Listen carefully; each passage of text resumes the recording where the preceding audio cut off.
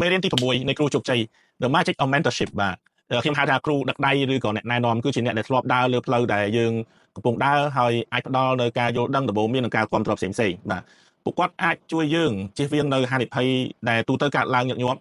ជួយឲ្យយើងមើលឃើញឱកាសដែលយើងមើលរំលងនិងជួយជំរុញយើងឲ្យតស៊ូដើម្បីរីកចម្រើនបាទនេះគឺ mentor គាត់អញ្ចឹងបាទអញ្ចឹងសូមស្វែងរកអ្នកដែលធ្លាប់ឆ្លងកាត់ការងារច្រើនឬក៏ធ្លាប់ធ្វើអ្វីមួយបានជោគជ័យដែលយើងចូលចិត្តនិង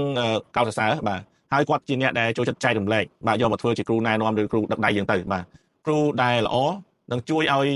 ការយល់ដឹងរបស់យើងបានទូលំទូលាយនិងបានឆាប់រហ័សបាទហើយនឹងជួយពង្រីកបណ្ដាញទំនាក់ទំនងយើងផងដែររកគ្រូដឹកដៃបានហើយកុំរកគ្រូដឹកជើងបាទគ្រូនាំស៊ីផឹកការ៉ាអូខេគ្រូដឹកជើងបាទតែ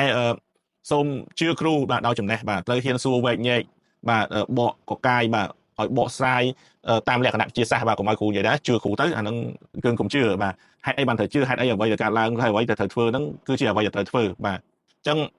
ដូចខ្ញុំគ្រូជោគជ័យអញ្ចឹងខ្ញុំនិយាយស្រួលទេណាបាទនិយាយទៅអត់ចេះខុសទេគ្រូជោគជ័យនិយាយចេះខុសទេប៉ុន្តែយើងអ្នកអនុវត្តតាមយើងត្រូវធ្វើការវែកញែកវិភាគខ្លួនឯងថាហេតុអីបានអ្វីដែលត្រូវធ្វើហ្នឹងធ្វើវាហ្នឹងបាទត្រូវចាំថាការអនុវត្តទស្សនវិជ្ជាឬក៏វិធីសាស្ត្រអ្វីមួយមិនអាចបានលទ្ធផលដូចគ្នានោះទេបាទវាអាស្រ័យទៅលើអ្នកអនុវត្តទៅលើពេលវេលាកលៈទេសៈនិងស្ថានភាពជុំវិញយើងបាទឧទាហរណ៍ទៀតបាទប្អូនរបស់ខ្ញុំឈ្មោះអិនវិសាលគាត់អាចដឹកនាំប្រិមិត្តបាន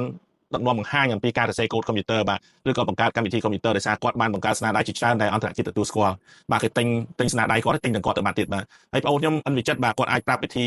ក្នុងការរៀបចំក្រុមហ៊ុនដើម្បីទទួលនឹងការវិនិយោគពីបរទេសបានដោយសារគាត់ធ្លាប់បានបង្កើតនៅក្រុមហ៊ុនហើយទទួលបានការវិនិយោគទុនរាប់លានដុល្លារបាទរាប់លានដុល្លារពីបរទេសរួចទៅហើយគាត់បានបង្កើតក្រុមហ៊ុនល្បីៗជាច្រើនហើយថ្មីនេះគាត់បានដឹកនាំនិងបង្កើតភាពយន្តខ្នាតធំរឿងកំហឹងធ្មប់នេះបងប្អូនខ្ញុំនាំគ្នាទៅជួយគ្រប់តជួយផ្សាយទាំងអស់គ្នាបាទរឿងហ្នឹងគឺល្អមើលមែនបើមិនជឿទេទិញសម្បត្តិថ្ងៃ18ឬថ្ងៃ19ជួបខ្ញុំទៅមើល2ដងបាទជួបគ្នាណាបាទទៅមើលរឿងកំហឹងធ្មប់បាទកុំឲ្យខ្ញុំចេះតែប្រូទៅជឿខ្ញុំបាទហើយបងប្អូនប្រុសខ្ញុំអិនវិជាបាទគាត់ជាអ្នកគ្រប់គ្រង app ដឹកជញ្ជូនមួយបាទ app ដឹកជញ្ជូនដ៏ធំមួយឈ្មោះថា L192 បាទ L192 សាក់ download app នឹងប្រើទៅបានដឹងថាពិសេសប៉ុណ្ណាបាទគាត់ចំណាយពេលវេលានិងបច្ចេកទេសក្នុងការគ្រប់គ្រងធំណាស់ដើម្បីបង្កើត app នឹងបានហើយគាត់ជាអ្នកប្រឹក្សាឲ្យក្រុមហ៊ុនផ្ដល់សេវាកម្មធំជាច្រើនបាទទៅប្រសិទ្ធភាព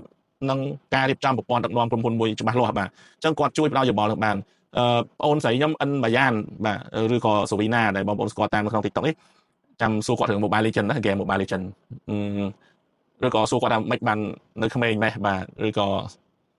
មានរបស់សួរច្រើនប៉ុន្តែគាត់មានផ្ទះនឹងដីជួលច្រើនដែរបាទអញ្ចឹងបើយើងចេះសួរគាត់ត្រូវយើងនឹងទទួលបានគំនិត business ជាច្រើនអំពីគាត់បាទអញ្ចឹងត្រូវចាំបាទគ្រូដឹកដៃណែនាំមិនចាំបាច់ត្រូវឆ្លាតជាងយើងបាទឬក៏មិនចាំបាច់ត្រូវប្រកែជាងយើងទេបាទពួកគាត់គ្រាន់តែធ្លាប់ដើរបានមុនយើងជួបឧបសគ្គច្រើនជាងយើងហើយគាត់ចូលចិត្តចែករំលែកដូចខ្ញុំគ្រូជោគជ័យអញ្ចឹងបាទមិនប្រកាន់ថាត្រូវប្រកែជាងបងប្អូនទេបាទជួបគ្នានៅមេរៀនទី7បាទជួបគ្នាពេលក្រោយបាទ